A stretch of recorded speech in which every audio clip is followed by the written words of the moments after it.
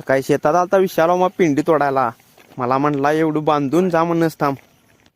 हा शेतात आमच्या करायची होती मोजणी. त्यामुळे मोजणी करणारी माणसं आलती. त्यांच्याकडे असला लॅपटॉप होता. ह्यात सगळे ती रेकॉर्ड करून ठेवत येत. मग आमच्या आजांच्याकडे होतं चॉकपीट मारायचं काम. पॉईंट गावला की चॉकपीट मारायचं.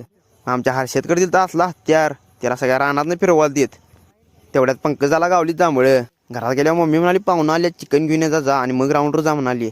ग्राउंडवर जाऊन बघतोय तर पब्लिक ढीग. आज नवीन नवीन पब्लिक आलं तर खेळाय. तेवढ्यात रविदा निम्मा डाव सोडून गेला. म्हटला किटलीतनं दूध घेऊन येतो थांबा म्हणला. आणि ह्यो धीरुदाच्या पायाला लागले तरी धीरुदा रोज ग्राउंडवर येतोय का तर नाद पाहिजे. नादाशिवाय काय नाही बघा. आणि त्यात बंटीदा आलता आज गावाला. त्यामुळे हरकून टूम होतं बंटीदावी.